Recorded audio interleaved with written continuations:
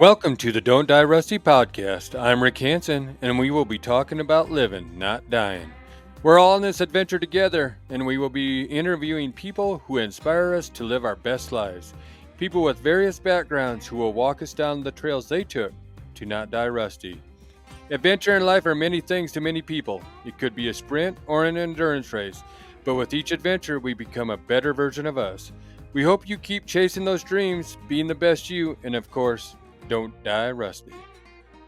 Well, hello, Don't Die Rusty Nation. This is Rick Hansen again for another exciting episode of the Don't Die Rusty podcast. And this week I have Joe Ernst, and it's interesting. I'll let Joe introduce himself just a little bit here in the beginning, but it's interesting because I met you last year and we never really met. But Lacey Singleton of Sober Cowboy put out a video, and Joe and I helped her. We said a few things on it and kind of got together, and then you were in Cheyenne and we didn't get to see each other there, and we've been trying to get a podcast going, and finally we're here together. Yeah. Well, thank you for having me. I appreciate it. Well, if you're with Lacey, I mean, if we did this video with Lacey, I figured this would be a good conversation to have because I think we all have stories that people need to hear, or at least have a good conversation where it's interesting for people to listen to. Yep, I totally agree. The more people that we can get the word out to and spread on so many different topics, the better off we're going to be. Well, let's start out. Can you kind of introduce yourself a little bit and what you've done and this and that? Sure. In terms of professional, I'm the director of rider development for the PBR. So my job is, I guess, watering it down is basically to recruit and improve some of the riders. So one of the big things with PBR at this point is that the bulls keep getting bigger and faster and stronger, and they're producing more of them. And we just don't have the riders to keep up with the bulls. So not only am I going out to find new riders in all sorts of different areas, and we get into that once we really kind of dive into it, but also to help let's just say, the lower level velocity tour guys and the touring pro division and the challenger tour, helping those guys to get up to the level where they could be riding, in the top 50 in the Unleash the Beast, and then eventually, hopefully, become drafted into the teams. No, because we will certainly get into that because it's interesting to see, how the Bulls have become bigger athletes. It's kind of like the National Football League. They're Yep. getting faster and stronger, and they can do so much more than 50 years ago. Or I'm just saying, like in the Football League, and now some of these bucking bulls are jumping as high as a saddle bronc horse or anything like that. I've seen they're very athletic. Yep. I mean, geez, I don't remember which city it was in, but Manhater got the highest bull score ever, and I swear to God, that bull's hooves were 6 feet off the ground, or pretty darn close. That I is, mean, at 2,000 pounds, I mean, that's a strong ass animal right there. that is a strong ass animal. Let's start out, and then we'll get back to the PBR for sure. Sure. Uh, So when you and I did Lacey's video for Sober Cowboy, can you tell me where? Because I said to Lacey, I really, I mean, I partied in college, I did this and that, but I never. My mom never drank, and my dad wasn't really. He drank a little bit, but not when I was growing up as much. But so I admit that I partied a little in college, and I'll do a video for you because I think in this day and age, people need to know that you can change your life and you can make your self better. Yeah. I don't remember exactly how I got hooked up with Lacey originally. I might have seen something on an Instagram or a Facebook page and reached out. So I'm pushing 10 years sober. And unlike you, I partied like a wild man in high school and college. I grew up in Buffalo, New York, and it's cold there almost all year round. So there's only a couple of fun things to do, and one of them is drink. And it's just in my family. I mean, go over and hang out at my paternal grandmother's house, my nana, and there was always in the basement. There's a big rec room, and that's where everybody hung out. The uncles would come over, and all the guys. And I mean, there was always a fully stocked fridge of Canadian beer, always 24/7. If she started to run low, she'd go to Canada and get the beer. I think she did that because she liked us being around all the time. But I mean, I don't know exactly what age I started drinking, but it was probably 11, 12, 13, somewhere in there, like right before high school started. And then, kind of a funny story is the local public high school I would have gone to, where I lived, with my mom. It was notorious in Buffalo for marijuana, and back in the early '80s, marijuana was taboo. And Nana was like, "I'm not having any of that whatsoever." So she sent me to a private boys' school where they could afford cocaine, and we drank a lot of booze. Good call, Nana. But I played lacrosse, and then I went and played Division I lacrosse, and obviously lacrosse guys are pretty big party guys, and I got asked to live in the lacrosse house in just my second semester of my freshman year, which is kind of unusual. And we stored the spare keg in the oven rather than use the oven to cook meals in. So I mean, it was a big part of my life. And then as I got older, I discovered bourbon, and that was the end of everything. Ah. And it took me a while, but I eventually decided that never really got in any trouble. I mean, nothing major, nothing more than most normal boys get into in their late teens, early 20s. No domestic violence, none of that stuff, no DUIs. Yep. But at one point, almost 10 years ago, I was like, this is crazy. I mean, I'll sit down and I'll be after work and think about having a bourbon or two and chill out from the day. I'd wake up in the morning and the bottle had nothing left in it, sitting on the end table next to the couch. And I did that probably 4, 5, 6 nights a week. So it got to the point where it was just like no real trouble, but just it wasn't what I wanted in my life anymore. I wanted to be fully participatory in my life, and gave it up. They had a couple of friends that had gone through AA, and they took me to a meeting. It just kind of clicked. I could still remember my first meeting. It's like we're talking about prayers, and they're talking about stories, and it's like, Jesus, these people. I mean, you think of alcoholics as the guy on the street corner with a cup in his hand begging for a quarter. And the first meeting I went to was this very pretty, middle-aged blonde woman who had been the CEO of her corporation. She was driving home one night after a few pops and killed somebody and went to prison. And it's like, wow, all these people they're normal people. And I've come to really realize that booze is bad. I mean, it's really bad. Not just bad for me, it's bad for everybody. And all the research since I've gotten sober I've done, and the health effects of alcohol, it's something it's just not a part of my life anymore. And I'm much happier, and my bank account's significantly bigger for it. I Well, literally, I don't know, a couple of years into sobriety, I just kind of did an exercise for myself on how much I drank and the type of bourbon, and I drank really good bourbon. And I was spending somewhere around $1,200 a month on just bourbon. holy moly. I mean, that's a really fancy truck right there. Yes. That's interesting because how old are you? 55.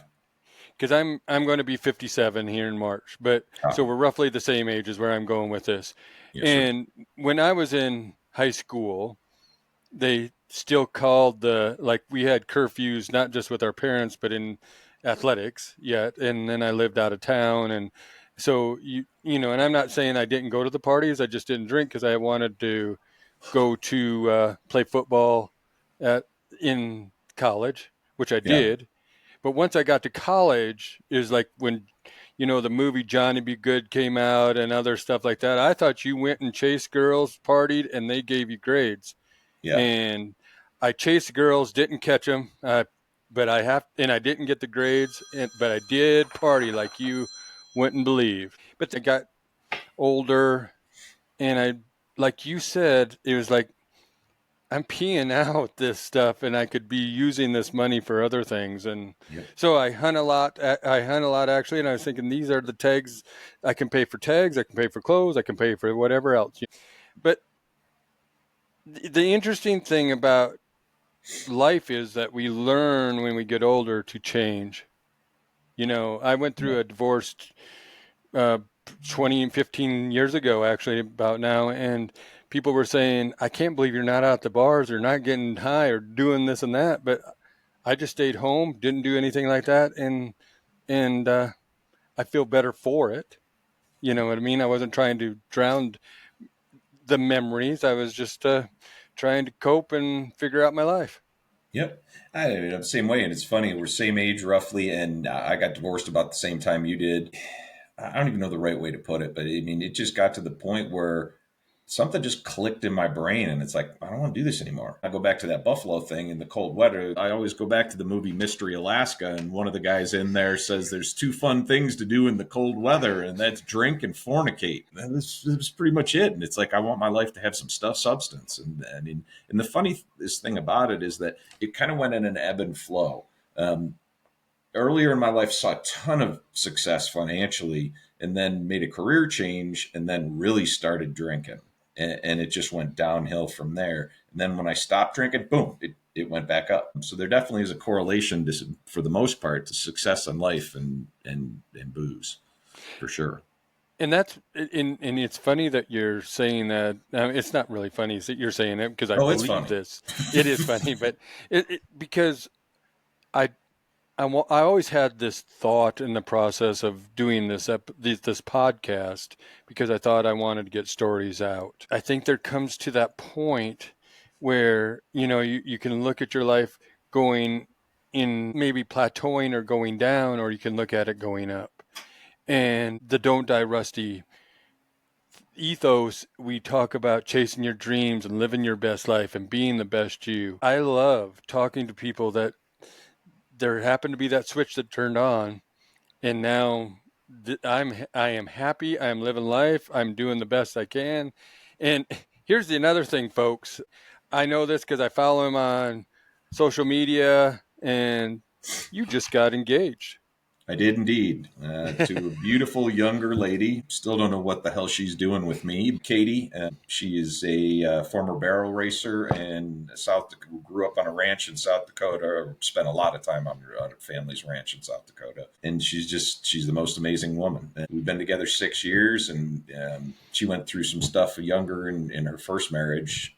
And so it kind of took us a little while to both be comfortable making that leap again. And we're packing up and moving to Fort Worth in 8 days, 9 days. So it just seemed like the right time. So Christmas Eve, I did it, and she said yes. Can't imagine why, but I'm happy that she did. Well, it, that's crazy because I still ask my wife what she saw on me too. But I also think that going through hardships and then finding the right person, that relationship is just amazing now Mhm. because you're watching out for each other, you're supporting each other, and it's a different feeling and it's a different way of life that I know I enjoy it myself, but to find somebody that is there for you is amazing. Yep. I mean, I've done both. I've done the serious relationship, and even a little bit later in life, I've done the play in the field thing. It was weird. I met her, and we were friends for, I don't know, a year or two, and then we kind of branched off into the other side of things. And it's just right. I mean, I've known her for 6 years. I can honestly say that we have never had a fight in 6 years, not one. Do we disagree on stuff? Sure, but we talk it out, we move through it, and we get to it. I've never raised my voice in this relationship, which is weird. My first marriage was to a Sicilian woman from New Jersey, and you can imagine how that goes, an alcoholic and a Sicilian woman from New Jersey. There's a lot of raised voices in that household.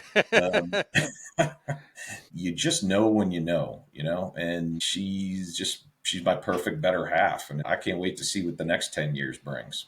Well, I wish you the best for sure because I Appreciate it. know myself it took us a long time to get to that point. And you're saying the 6 years, and and Cindy and I were roughly in that same space. And Yeah. in what you're saying about not raising your voice and we have not had those knockdown, drag out fights like I did in the previous Yep. relationship, it's interesting, and it feels so good. So, if people are out listening out there is hope. So if your relationship sucks, don't fret. You'll find somebody eventually. Exactly.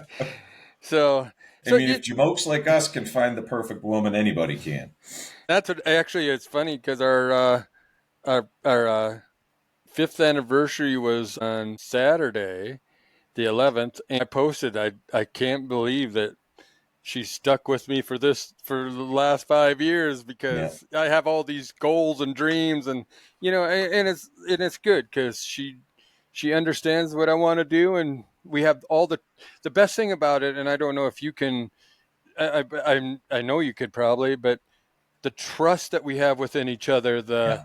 that when you're not looking over your shoulder or looking over their shoulder to see if somebody's out there waiting in the wings or chasing somebody, or you don't have to worry about coming home and get into that knockdown drag out fight because or whatever else. That is the best feeling in the world. Yep. I think one of the times that it really kind of smacked me in the mouth and I realized it is that for the first time since the modern, I guess, smartphone came evolved, and everybody's on their phone 24/7. I mean, it doesn't matter. And you are, I am. Everybody's sitting on their phone on their couch, and they're half watching the TV, and they're half screwing around on Instagram or whatever. Excuse me. First time in my life, I don't even think twice about it. Like in past relationships, it's like, who the hell are you texting? Why are you on your phone all the time? What's going on? And I think Yep. part of that is the sobriety is without that brain constantly thinking. Yep. But the other part is just we're comfortable together. We trust each other, and I mean, I I can't imagine ever stepping out on her, even emotionally, let alone physically. And I agree with you there because, like, we can be driving down the road, and of course, you being in the PBR and business, I bet you get texts, and some of them you need to answer. I get texts too, and I toss my wife my phone, and she knows my passcode, and I said, Yep. or text them back and tell them what's going on. We're driving down the road. I'll call them, or you know what I mean, Yep. and that is the best feeling in the world because you know my passcode. You can go scroll through my text while we're driving, and there's nothing to hide. The problem with me is though that you might laugh, but the problem with me is she she's told me her passcode. I don't know how many You times, don't and I do remember not it. remember it. She said, "You know it." I said, "I just don't No, I remember don't. it. I don't care."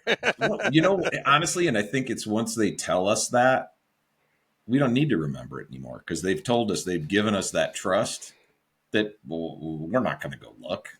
Yeah. I mean, and when I was younger, I probably would have, but now I realize what that means, and it means a lot.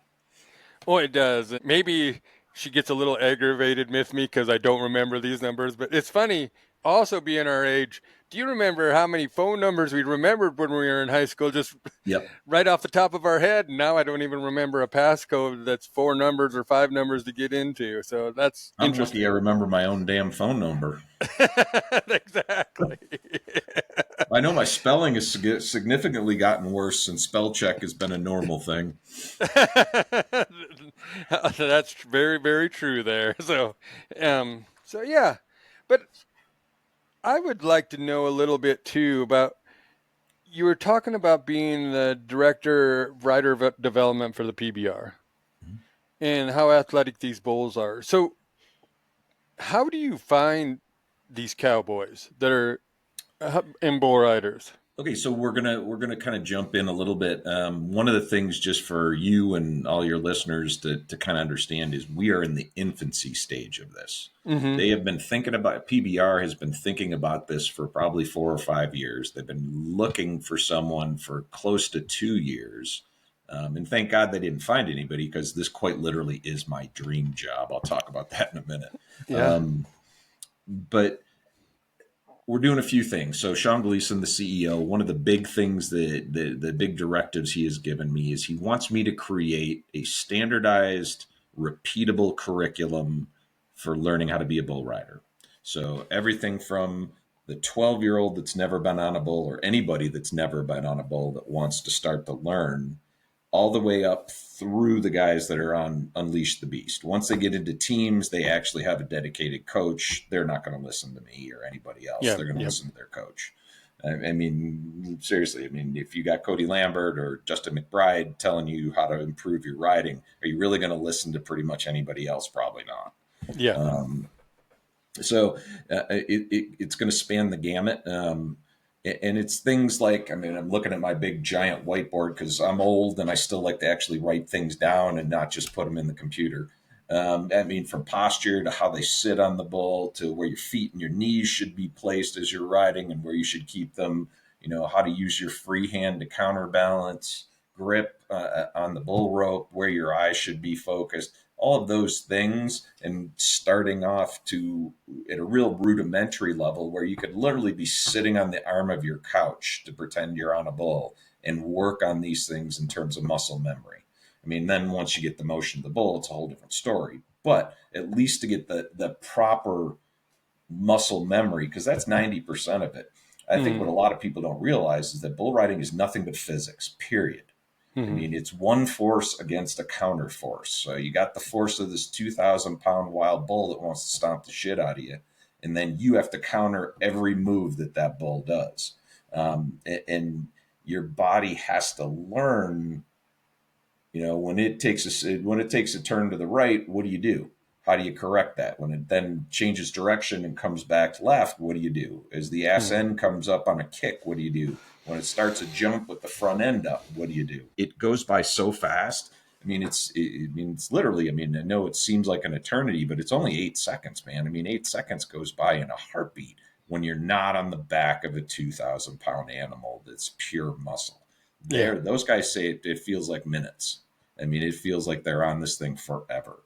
And it's good. Most of these guys still have a healthy fear of the bulls.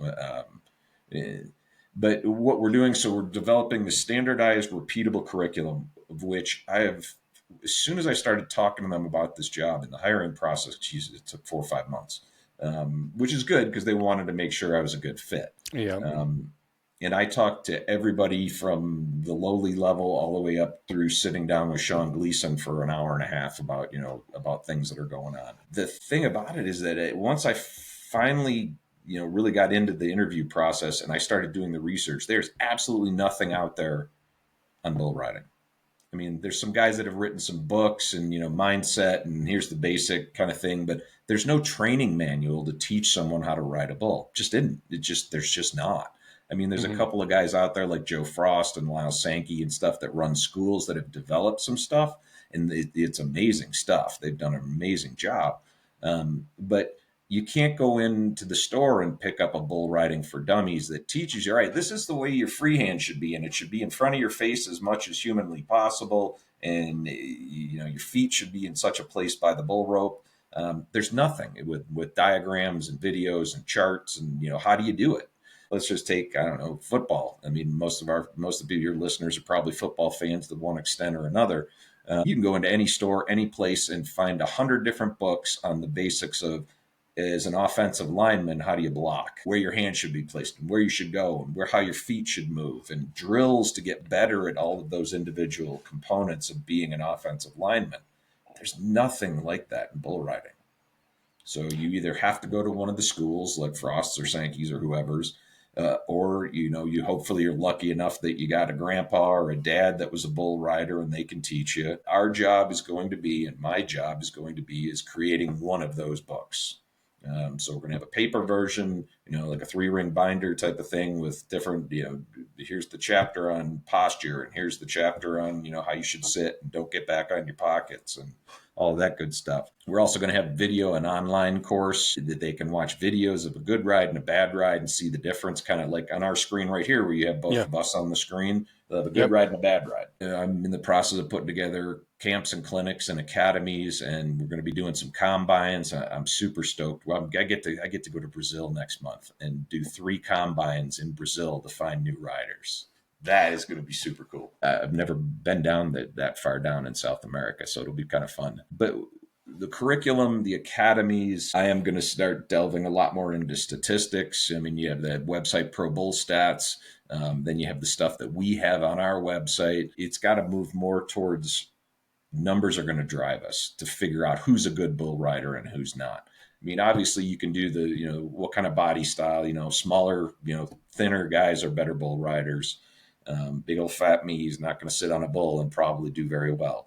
Plus, my core is not very strong. So, um, Well, I'm looking at myself too, and I know that I wouldn't either. So, right. But I mean, yeah, obviously you have, okay, this guy's got the right body type. And then we have a program, the company we work with that does all sorts of fitness testing relating to that, the squeeze of your thighs together. How strong is that? Obviously grip strength. How strong is that? And we start creating some baselines, kind of like football used to have the 4.440, although yeah. it's probably more like a 4.140 nowadays. But they had this standard. If you can't run a 4.440, you are probably not going to be a good receiver or running back.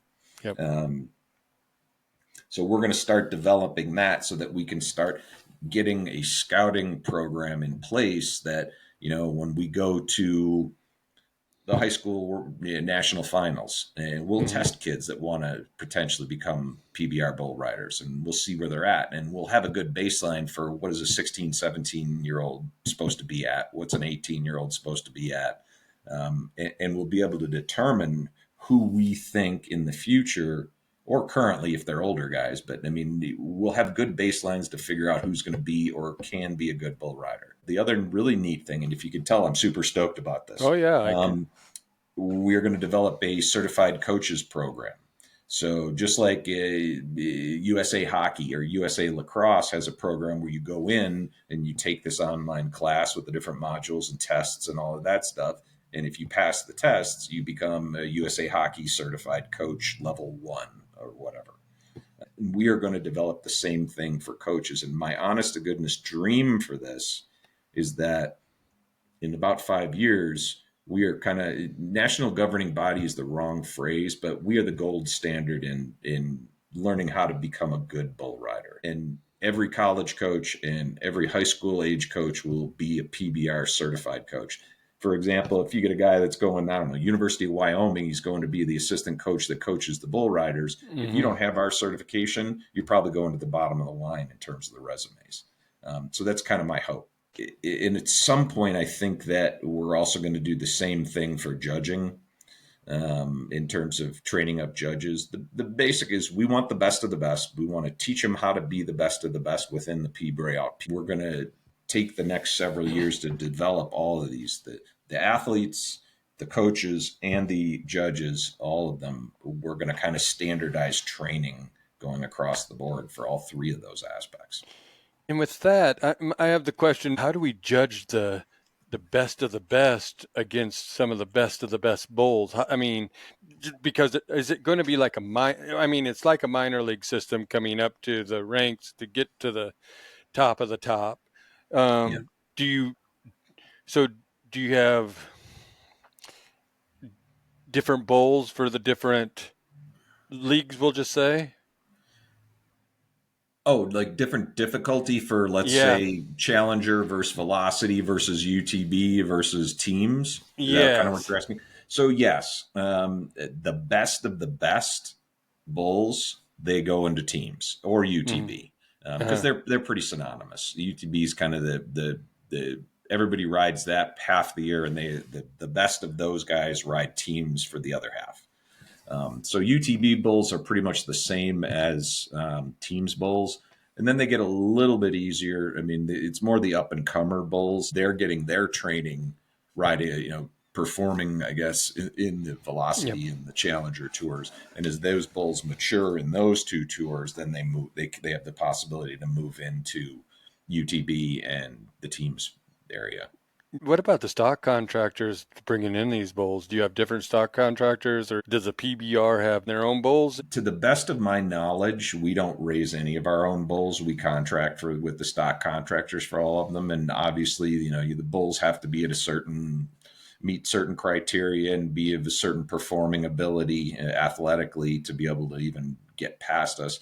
You're getting into a region where our director of livestock is the main guy. I mean, Yeah. Those are questions that I'm just not prepared to answer at this point. No. They're big, they're fast, they're muscly, and they're angry. So Well, I hear you there. So, well, then we'll get back into your line here. So it's interesting to me, like, do you see a difference in the athletes from America compared to South America, Brazil, since you're going there? Because I can't think of, I watched a documentary on, I can't remember who it was, I don't know off the top of my head, but it's like you're, when they come to America as a PBR bull rider, I mean, they start riding well and making money. That's getting them and their family out of the some of the dredges of Brazil. yep. I think that kind of hits right on point. I have to watch my wording very carefully on this in case anybody listens to it. But I think the biggest difference, well, a lot of ranch kids, I mean, they don't grow up with a lot of money. I think the difference is that in a South American country, or I guess other countries too, but primarily, Brazilian guys, they grew up scraping and scrounging. I mean, their parents are scraping and scrounging to feed them and house them and all that stuff. So, I mean, when they make $40,000 to a kid that grew up on a ranch, well, that's a lot of money. To a guy from Brazil, that changes their life. Oh, yeah. And I mean, if they're lucky enough to grab that gold buckle at the end of the year and win that $1 million check, I mean, that's generational money. And I think that creates a different drive for those guys. I mean, they are hungry. And not saying that the American riders are not, because they certainly are. But I mean, when you talk about socioeconomic demographics, it's a whole different ballgame in South America than it is in rural America. Are you going to test or look at people in other countries such as Australia, or is it what? No, for And sure. I mean, look at Brady Fielder. I mean, he just won. He mm-hmm, just won an event. What, Chicago? mm-hmm. Yeah, for sure. And we do have PBR Australia and PBR Canada and PBR Brazil. Canada and Australia are pretty well developed. Brazil is probably a close second. And we also have PBR Mexico, which is a little less developed, but we're going to work on that. So once I get my piece of the puzzle put together in the next 18 months to 2 years, then we will roll this out to Canada and Australia and Brazil and Mexico so that they can start using some of the techniques that we're going to use in terms of finding athletes and developing athletes, um, to do the same thing in their areas. Well, I mean, this is interesting to think about setting up a gold standard of finding these athletes and being a coach and being uh, part of this system. Yeah. I don't know if I can say system, but it's more like, how just you're building and to see how this goes. And I'm happy that you uh, are getting to be able to chase your dream here. It's crazy. So, I mean, you got a guy from Buffalo, New York that's finding and well, I'm not going to do the training, but setting up the Yeah, training standards yeah, for bull riders. That's crazy talk. I mean, the guy from New York that's a lifelong lacrosse player and coached lacrosse at the college level for 10 years is doing this for bull riding. And I've been a PBR fan, I don't know about since inception, but for a long, long time. And every chance I get, I went to an event. Now I get to go to them for work and they pay for it. Um, How and did you? sometimes it's weird. Like last night, we're in Denver because the stock show's here, and they had three Yep. nights of velocity stuff here. And I actually do find myself kind of like watching as opposed to being the, okay, I have my little notebook and have my day sheet, and I'm scribbling notes like crazy on the guys. And sometimes I'll find myself and I'll look down, and I'm like 3 riders gone, and I didn't take any notes on those 3 riders. I'm like, damn it! Stop watching, Joe. You have to do work. But it's really kind of a cool thing. And Katie, my fiance, who grew up in this stuff, sort of, to an extent, being a barrel racer and a ranch girl and stuff. I said to her the other day, I said, "Hey, one of the things I'm working on right now is the mindset of a bull rider and mental toughness and stuff like that."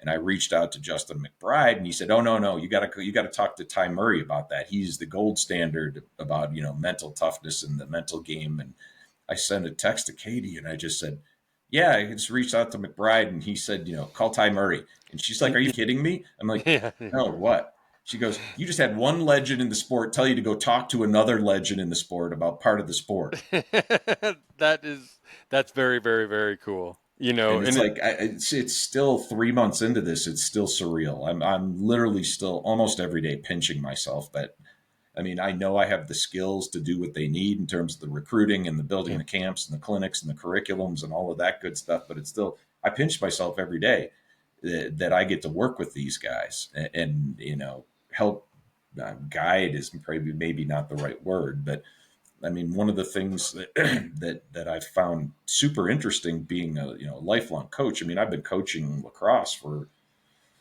25 plus years, spent 10 at the NCAA level, and volunteer or taught coached high school.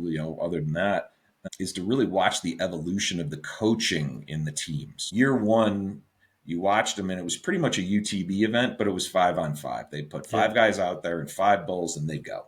Yep. And whoever got the highest aggregate score at the end of the game wins the game. But then you watch them as we go through, and in year two, they start adjusting their lineups and figuring out who's good in the leadoff role and who's going to be our closer and all these different aspects to coaching, and they start adjusting. I mean, these guys are learning to be coaches as they go through this. Were they bull teachers? Yes, they were bull riding teachers. They know how to teach that. But to coach a team, and almost to a man, they've all said that one of the hardest things that they've done is learn to be a coach, because now they have personnel management and it's personalities and it's teaching these guys aspects other than just bull riding. And then in the third year of it, you watch them, and I swear to God, these coaches have learned that they're going to throw that red flag and challenge the other team's score, or whether he made the full whistle or not. They do it just to piss off and get in the heads of the other coaches and the other teams. I mean, they've really gone full blown from managing five riders and five bulls to becoming tactical, forward thinking coaches in terms of game management. And it's so cool to see the aspect of how they've done that. So I haven't watched the teams as much, but do they get to? How long before they ride do they know what bulls are going to be with their riders? Because here's where I'm I going think with this. I'm just taking a best guess here. I know I've read it somewhere, but I think the bull lineups come on Tuesday, and I think by midnight on Thursday they have to say what their lineups are and pick their bulls, like who's going to ride which bull. And that's the other neat aspect is, I mean, now they get to pick and choose. I mean, they get a pool of a certain number of bulls, and they got five riders, and they pick the bulls that are going to match up with those riders the best as they can possibly match them up in order to get the best scores. Because that's where I was going with this. Because I was thinking, like, you look at the UFC. This guy's a wrestler. This Right. guy's a puncher. This guy Yep. has more technique in this area. So you're looking at this bull. This rider is better for this bull, and that rider is better than. What I'm saying is the coaching is really can come into effect, because it's not like you drew this bull and you got to try to ride it, and Right. where this bull will fit this bull rider, and we might get a better score on him, and this one's. And Exactly. that's where I was going with the riding part, because that gives you a little time to figure out what athletes are better for that bowl. Yeah, 100%. And that sort of game management is really come into play. Whereas in UTB or anywhere below, you get assigned, rider gets assigned his bull, and he's got to work that bull. That's it. Period. Yep. You don't get to choose unless you make the short go. In Yeah. the short go, you have the draft, and then you can pick. It ain't like that in teams, and it's really cool. I mean, I'm stoked, and I mean, we went from 6 to 10 teams, and the plan is that in the next. Nobody knows exactly, but I would say within 5 years, we will be at 16 teams and have two different divisions. It's going the way of becoming a full-on blown sports league, which And is super cool. it's cool to see it on TV in the aspect. This is a packed stadium. They sold And out Madison. It's funny. I was watching PBR now right before I got on here. I don't know if you watch that show, but it's a great. They do it every Thursday, and they kind of analyze what's happened the previous week. And they were saying that we're what 15. What's today? 16th. We're 16 Yeah. days into the year, and we've already had 8 sellout events. We sold out 3 nights, all 3 nights at Madison Square Garden in the heart of New York City. That is just Come amazing. on. And then we sold out. We sold out Chicago. We sold out in Denver last night, and then obviously there's a couple more because they said it was eight nights they've sold Yeah. out. And I mean, we're talking Chicago, which you kind of understand a little bit Midwestern. It's kind of bordering on getting towards the West and that sort of culture. But sell out Madison Square Garden for 3 straight nights. What? That, and truly, that is, being from South Dakota, I just would never have thought that in New York City, because just from my perspective of they're all city folks and Yep. they really don't care about us. But Well, that's amazing.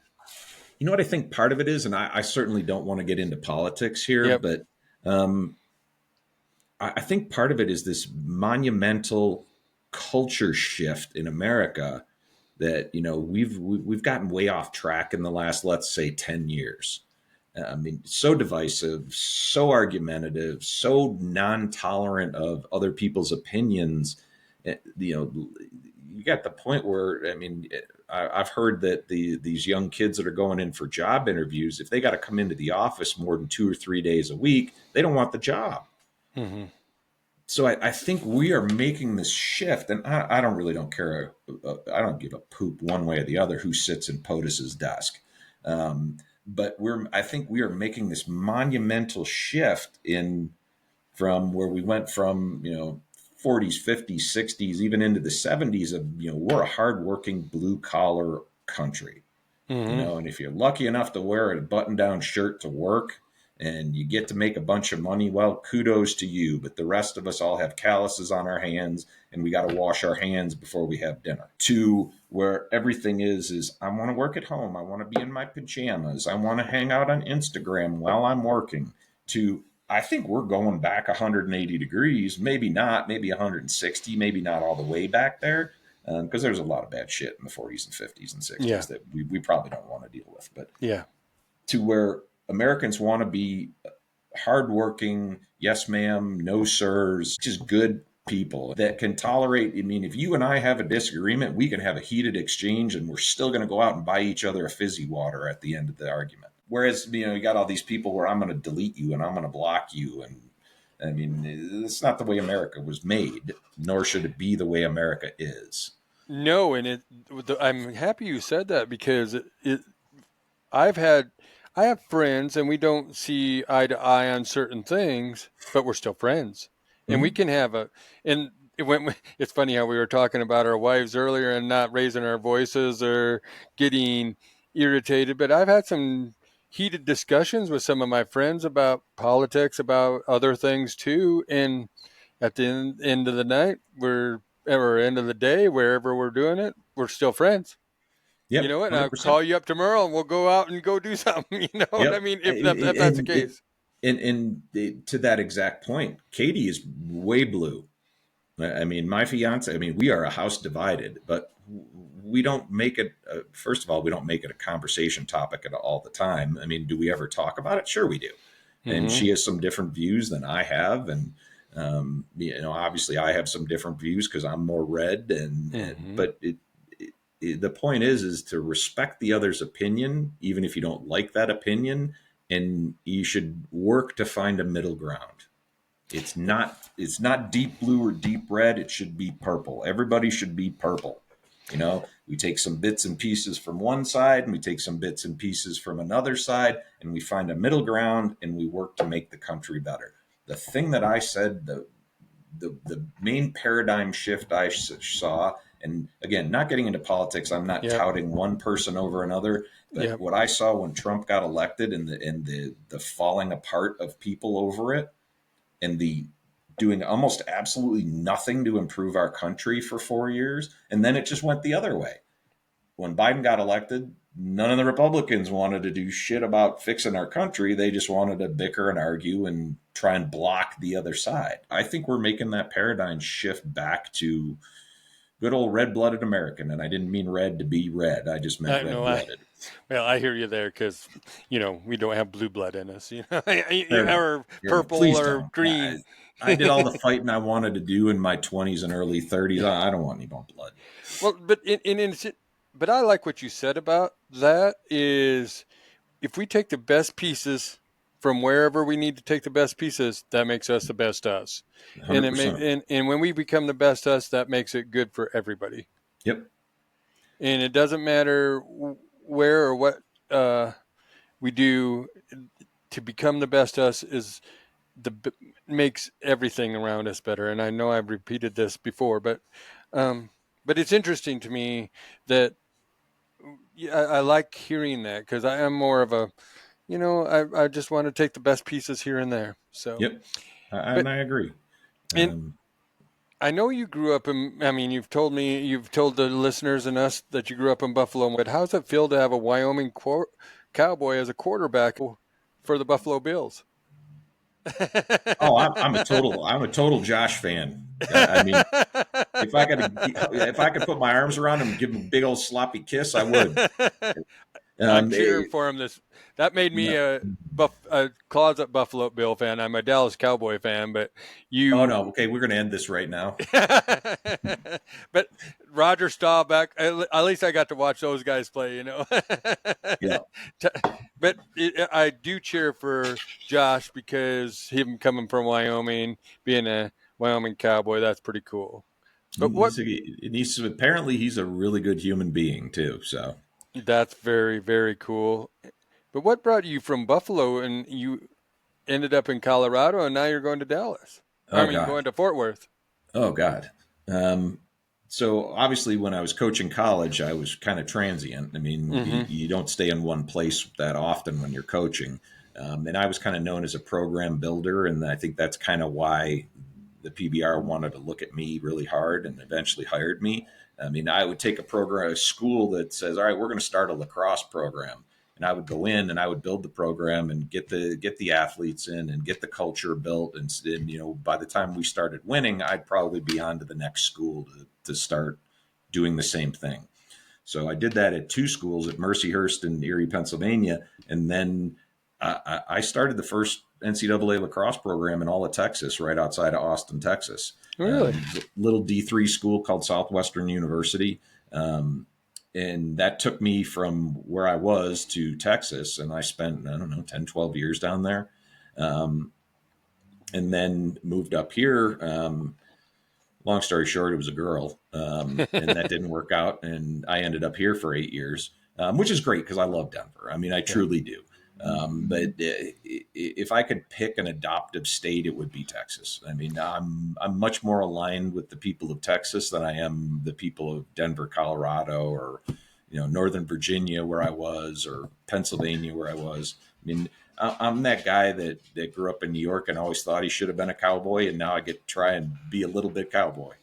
Well, that's very cool because you aren't going to believe this, but last year was the first time was it 2 years ago now? Gee, many cripes, I'm getting old. But my stepdaughter did an internship for Cargill in New Orleans, and then she had to get up to Cheyenne, Wyoming. So we had to drive her from New Orleans to Cheyenne, Wyoming, and that's the first time I drove across Texas. And holy moly! It's So a there's not going. haul. It is a haul, and there's no culture shock. That's cool because you won't have culture shock then going to Fort Worth.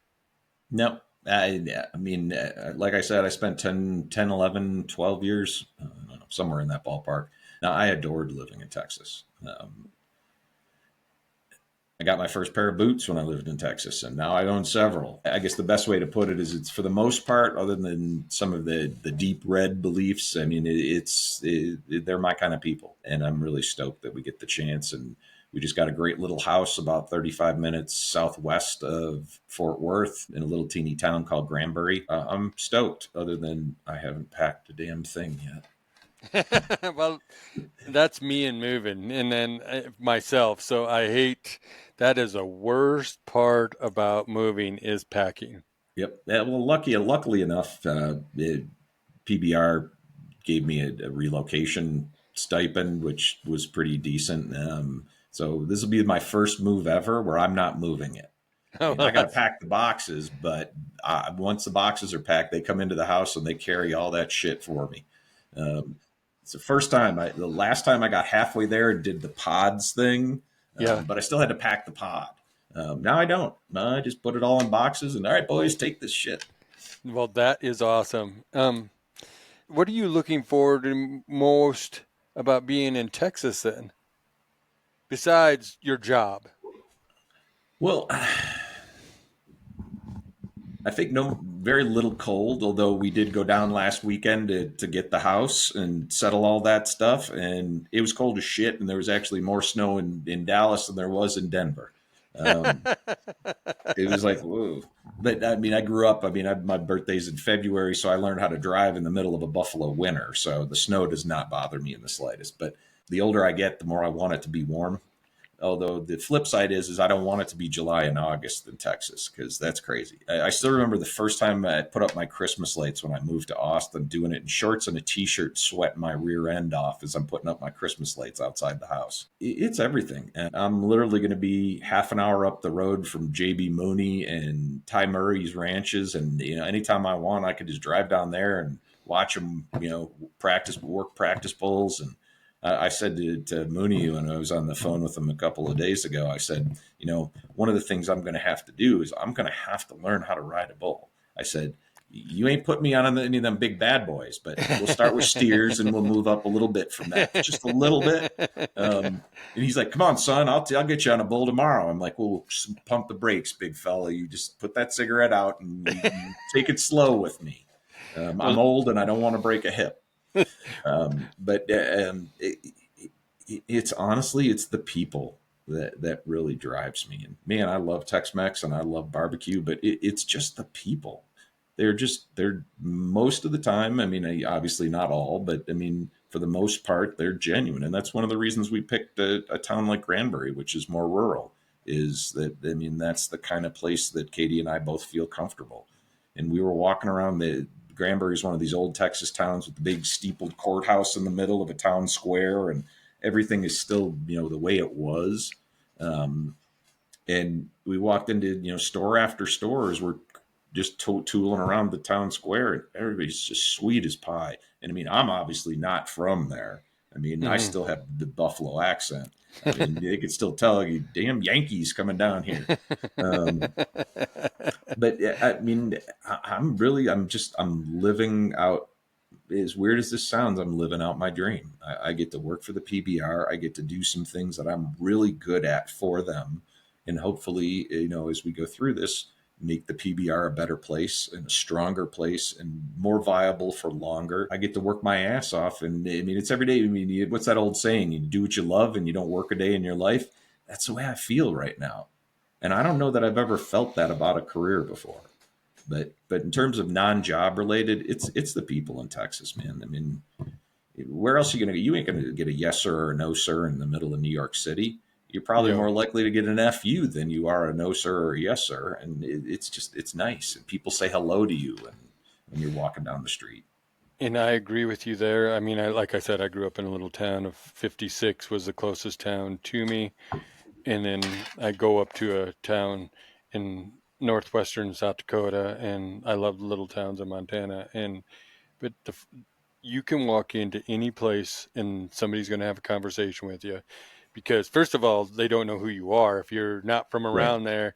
And then they don't have a problem of having this conversation with you. I think one of them is because you're different. So we've always, when you live in these little towns, you have the same conversation except in a different way every day. Like my dad, they have coffee at 8 a.m. and then they have coffee at 3 p.m. And so the same thing's hashed every day, Yeah. more or less. But or somebody's selling this tractor over here. Did you see those cows over there or whatever?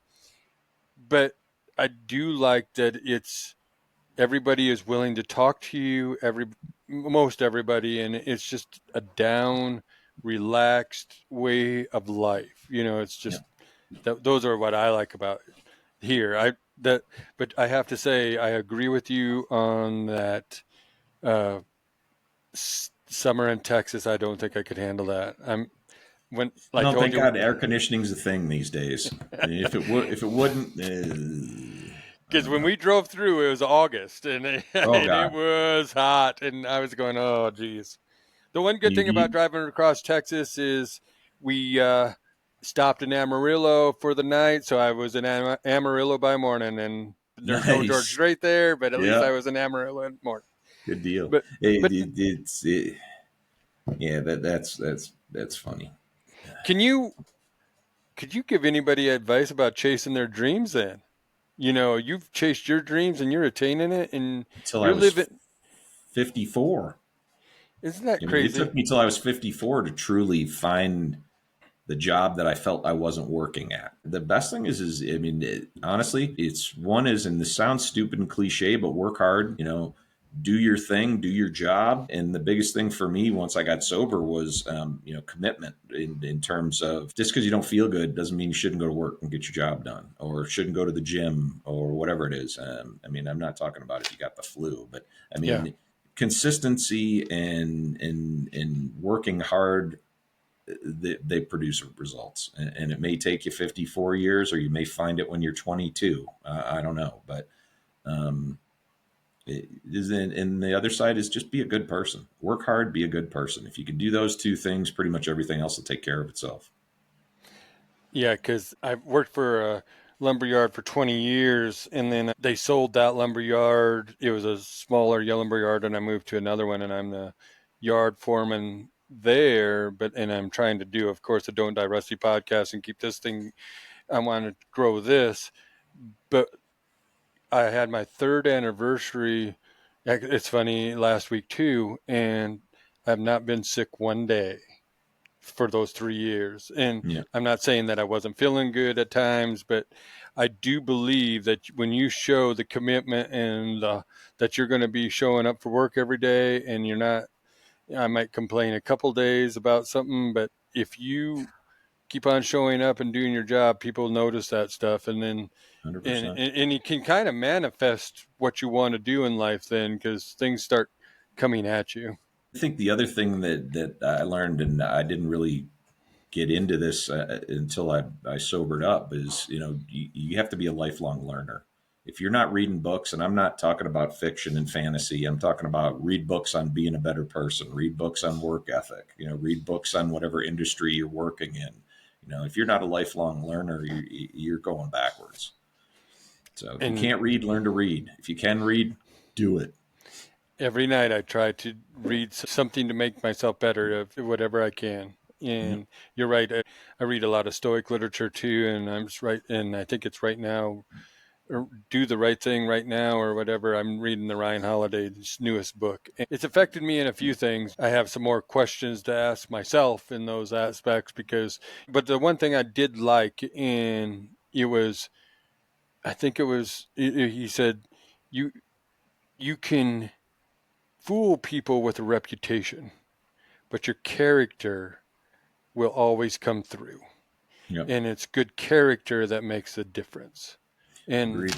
I've always prided myself. I'm not a rich guy, but I hope I have the character that people see that you're honest and trustworthy. Yeah.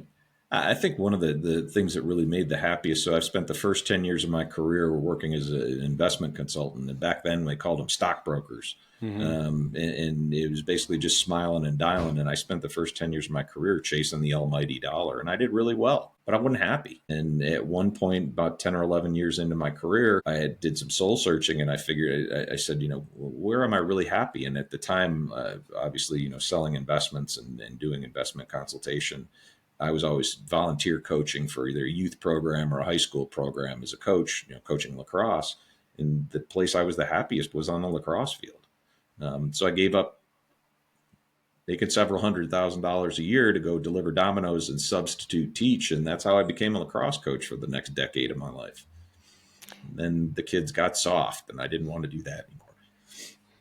And Because that's one of that's the neat things is I kind of not really being a coach, but developing some of the coaching stuff in terms of curriculums and camps and clinics and things like that. So I still get to be in that world, but I get to be in that world where the guys are harder. They're not like the kids today. I mean, they're the same age, but you take a college kid at 19 years old and you take a rodeo guy at 19 years old, and they are just night and day difference. I mean, Oh, 100% night and day. One wants to play video games, drink beer, and whine about his life, and the other one's out there busting his ass. Even if he's got a broken foot, he's still getting on that bull. They and told a then funny story last night, and I can't remember which rider it was about. But one of the riders had at one point broken his foot so badly they had to cut his boot off of him. Then they taped it up, and he rode the next night with a broken foot. They literally taped. He put his boot back on the next night and duct taped the boot on, and went out and rode a bull. I mean, in the night before, his foot was broke so bad they had to cut his boot off because they couldn't get the boot off without it. I mean, you show me a 19-year-old college kid that's going to do something like that. Half of them are like, I have a headache. I can't go to school today. Come on, man. nope, and I I I really sometimes I wonder where those kids are because I look at those kids and it's like I how can you be sick? I mean, I'm talking about those other college kids. Like you, you don't even if you have a headache, that doesn't mean you don't have to come to work or there's things that go on, and some of that stuff bothers me, and I've kind of voiced that opinion every once in a while, but Yeah. you know, and that's where the character comes in too. It's like Yeah. so when you have to tell somebody that, for me personally, working the jobs I worked, I would go to work sick and you'd have to send me home because I Yeah. want you to know I'm sick. I'm not calling in and saying, you know what, I partied a little too much last night and I'm hungover and don't feel good. I want you to see that I am truly sick and you tell me to get the hell out of there because Yeah. I don't want You to want get the you. whole You crew don't want to, sick. Yeah. exactly. So I respect those kids these days that, and I honestly think I'm seeing more and more of that type of kid coming around again, and it's just one of those interesting things I've seen, and it makes me happy to see that conviction, that character, that instead of the easy stuff that you get, that you're out there doing busting your ass and getting things done, and realize the hard work is going to get you somewhere. Yep. Hey, it's really interesting, and we were talking about that paradigm shift, and let's get back to being hardworking, good people, and that trickles down to the kids as well. And it was neat. There was a study that was done by Stanford in my last coaching stint, and this person came in and talked to the entire athletic department, and they basically said they did this study, and all these kids that were raised by these helicopter parents with everybody gets a trophy, and if you scrape your knee you got to stay in bed for 3 days till it heals up, and that sort of stuff. They said that they had done a survey, and those kids were now parents, and they said that they hated that they were raised that way and they were going to make a change. Now this was 12 years ago. So, and they said it's probably going to change, in the next few years. Okay. So they were a decade late, but it's changing back to that.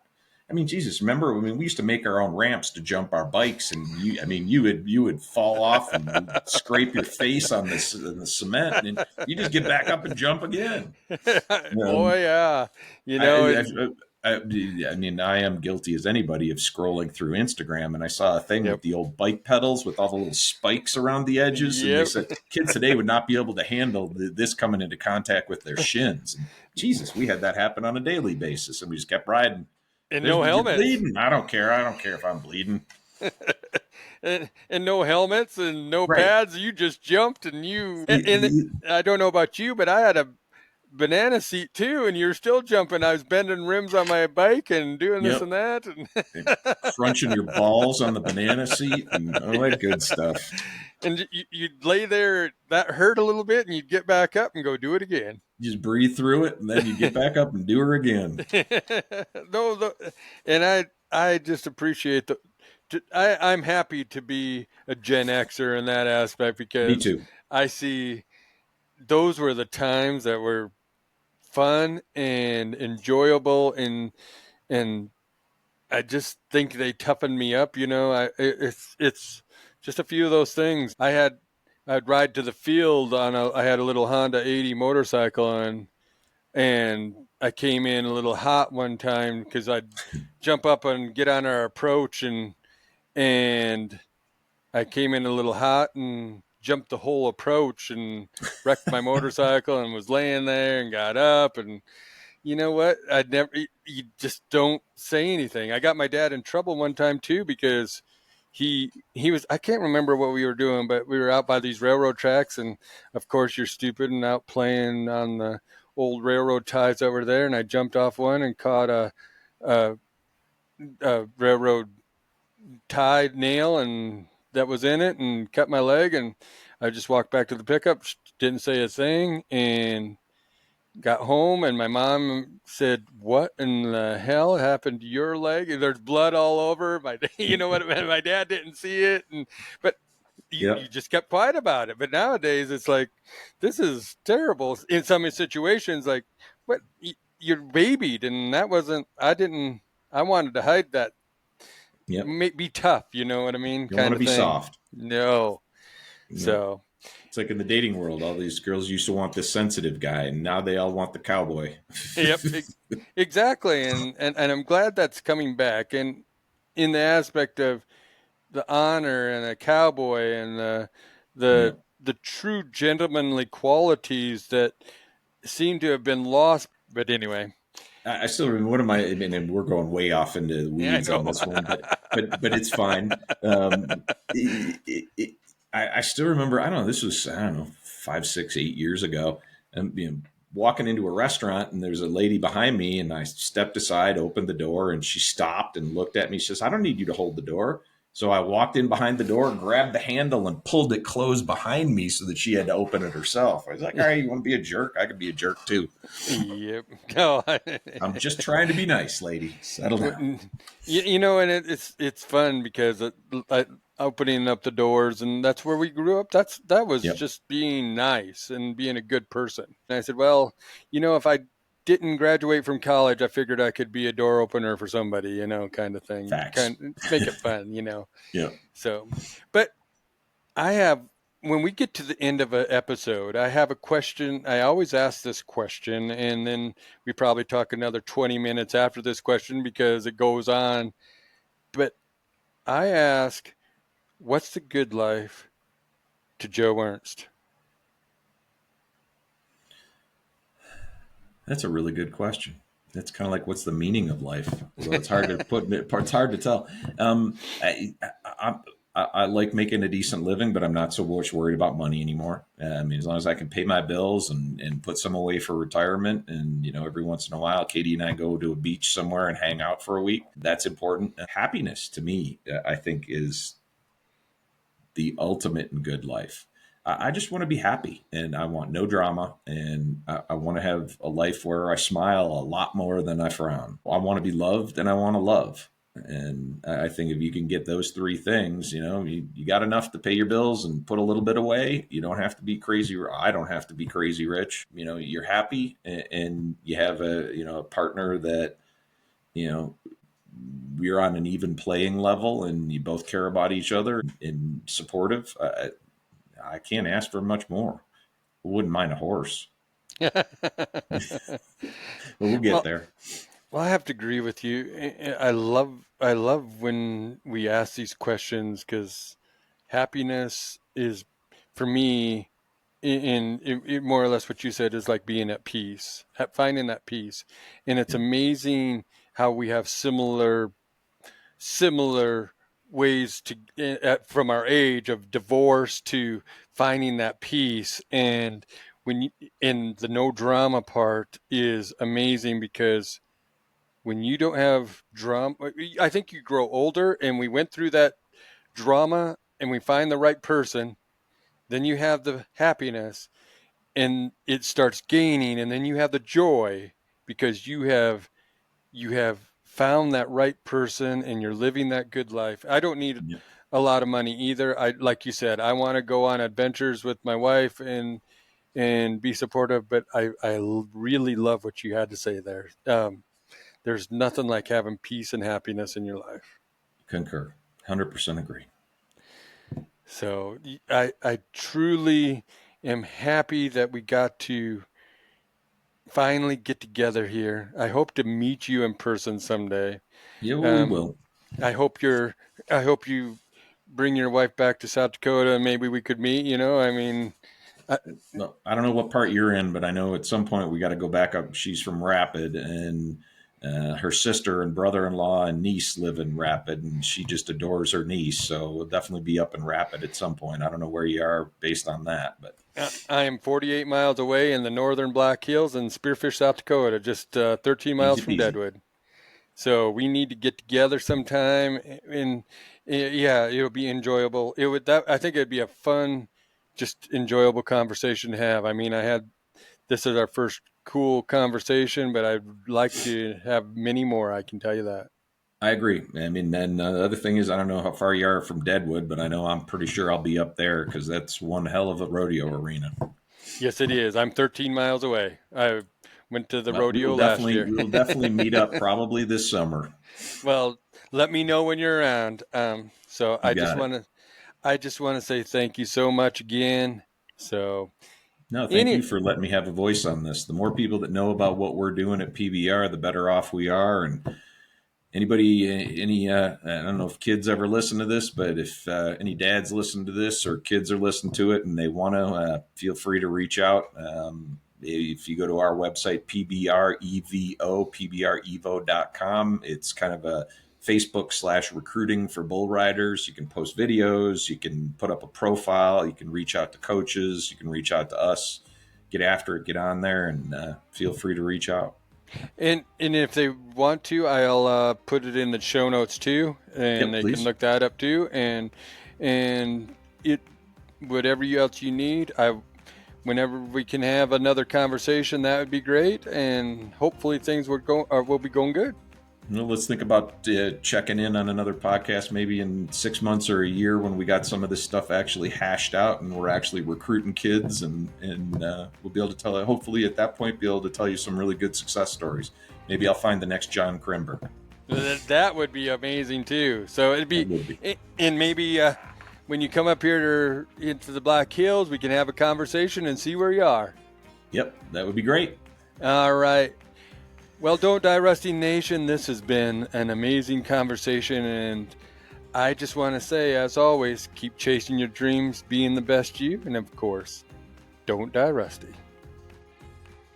Thank you for listening to the Don't Die Rusty podcast with your hosts, Rick Hansen and Ricky Bruley. The Don't Die Rusty podcast is written and produced by Rick Hansen and Ricky Bruley. You can find us on Instagram and on Facebook at Don't Die Rusty. You can rate and review this show on Apple Podcasts and Spotify.